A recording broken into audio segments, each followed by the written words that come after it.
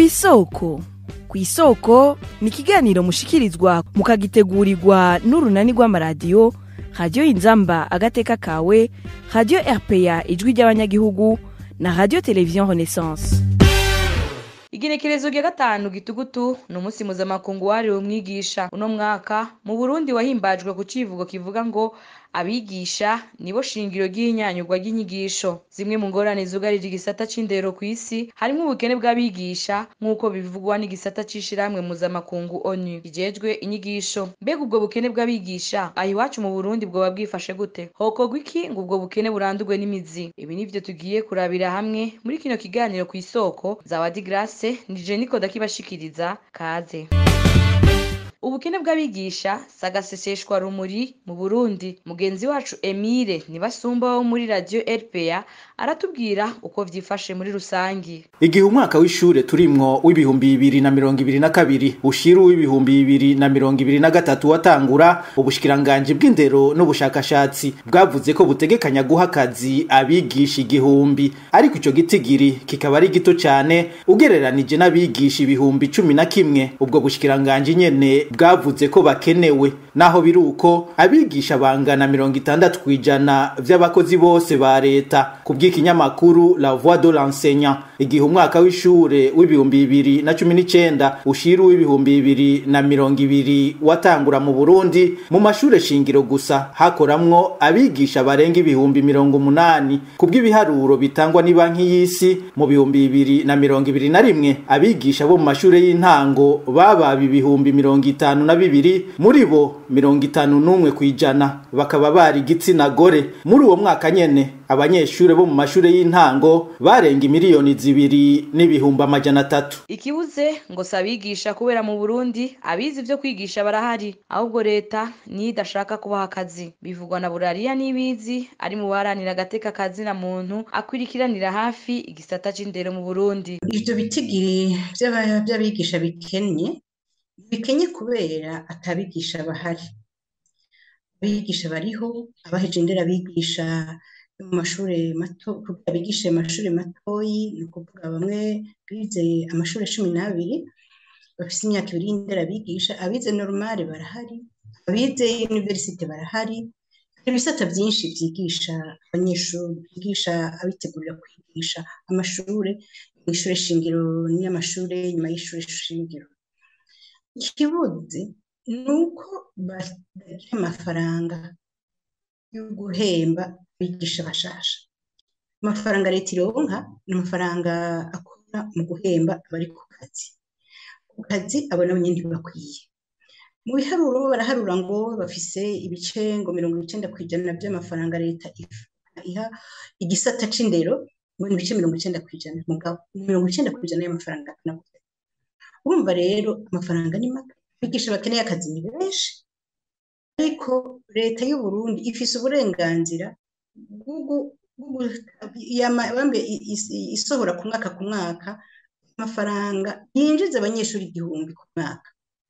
None wumva keneye abigisha 11,000, hanyuma mu gutanga akazi bagaha akazi abantu 1000. Mu 11,000 zoshikana ryari?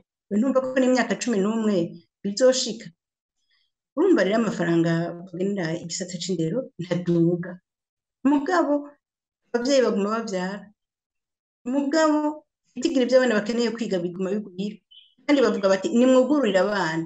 N'abagurira abana ntibagira nayo mashure, ntibagira nabo bigisha, kuko n'amashure yahagiye hamwe bavuze ngo bariko bigisha ku buntu. Y'amashure yo mu kuva mu 2005 bubaka biciye mu bikorwa rusange byinshi, y'amashure ntagikwiye kandi menshi ciye mu bikorwa rusange ntiyakurikije amategeko mu kubaka.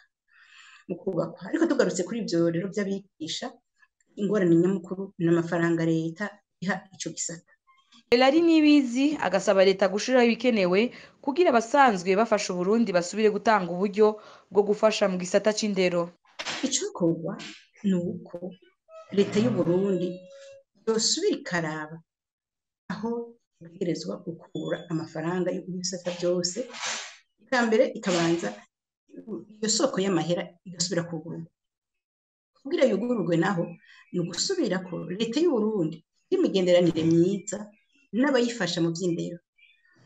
Hanyuma abayifasha mu by'indero leta y'u Burundi irazi igituma bahagaritse, kubera mu gihugu batubahiriza agateka kazina muntu. Urumva rero leta niyemere isubiremwo igisata c'agateka kazina muntu. Umuntu arungitse amahera mu gihugu amenye ko ayo mafaranga ari gufasha abana b'abarundi bose ataba ariko barahunga, ataba ariko baraturatuzwa, hanyuma bongere batunganye igisata intwari ibereye. Nta muntu ashobora guha amahera umuntu azi neza yuko intwari ibereye tabaho. N'imigambi n'ibisata byari byashyizweho ku ntwari kugira ngo intwaro ibereye igaruke mu gihugu nyuma y'intambara y'igihumbi n'amajana icenda na mirongo icenda na gatatu. Izo nzego zose zaryamye hasi, ibyo bahinduye byose byararyamitswe hasi. Urumva rero ntaweze ngo ahe amafaranga igihugu bazi neza yuko amafaranga atazotunganywa neza, amafaranga atazoshikira bose, harimo abazoyanyuruza, abayanyonoye bagaca bahabwa icicaro, cyane bazi ko batazokurikiranwa kubera atabatunganirwa. Urumva rero n'ubutunganiro n'ikindi gisata, kugira ngo umuntu aramutse anyuruza ifaranga ry'igihugu c'u Burundi heza kurikirana. Mu guhangana n'ico kibazo c'indero, amashuri kenshi yikora kubigisha bahembegwa ico bakoze, ico bita vacataria. Umunsi mukuru w'abigisha aha mu Burundi uzohimbazwa ku igenekerezo rya 28 Gitugutu uno mwaka. Ubushikiranganji bw'indero n'ubushakashatsi bukaba bwemereye abigisha ko ataco butazokora kugira bubateze imbere. Frederic Bangirinama, umunyamabanga ntayegayezwa mu bushikiranganji bw'indero, yabishikirije mu ijambo ryo kwifuriza abigisha umunsi mukuru wabahariwe mwiza. Aha akaba ari nawe ikiganiro ku isoko cy'uno munsi kigarukiye. Zawadi Grace nariko ndakibashikiriza nkaba ndabikebanuye naho ubutaha. Cyari ikiganiro ku isoko.